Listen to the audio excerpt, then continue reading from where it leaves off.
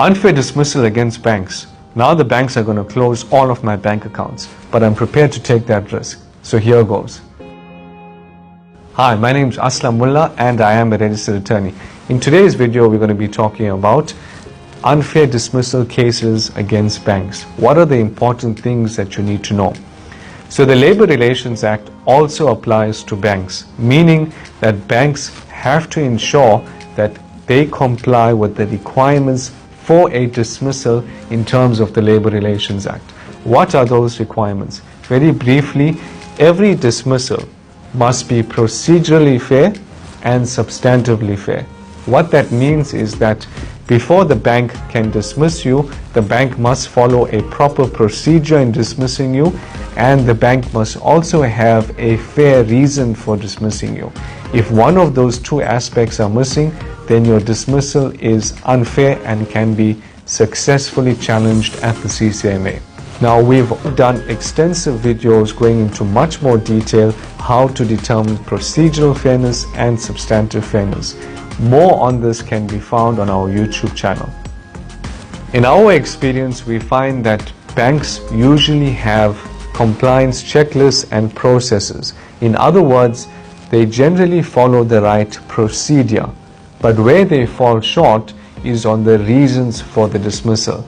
So that is, in our view, an aspect that you must focus on. What we mean by that is you need to make sure that in your particular scenario, the bank has the right reasons in law for dismissing you. What we call that is substantive fairness in labor law. How to determine if the bank has the right reasons in law for dismissing you? This depends on the reason for your dismissal. For example, were you dismissed for misconduct? Were you retrenched from work? Is it poor work performance? Is it a constructive dismissal? Each form of dismissal has its own particular requirements, and you will have to determine whether or not your dismissal fits into those requirements. Another important takeaway is to make sure that you understand that if you are dismissed for dishonesty and you are working for a bank, then there is a high probability that your name is going to be listed on the REDS database. The REDS database is a service that all the major banks subscribe to, where they list the names of employees who have been dismissed for dishonesty. If your name is on that database, your chances of finding employment within the banking sector again are extremely slim. Therefore, it is important that you challenge the case and that you actively fight to clear your name if you are being charged for dishonesty.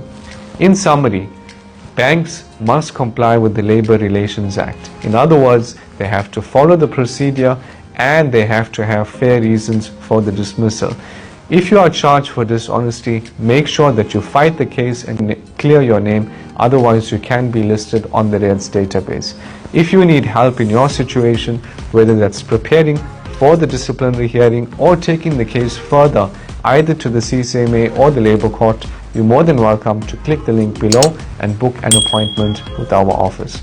I wish you all the best and I'll speak to you soon.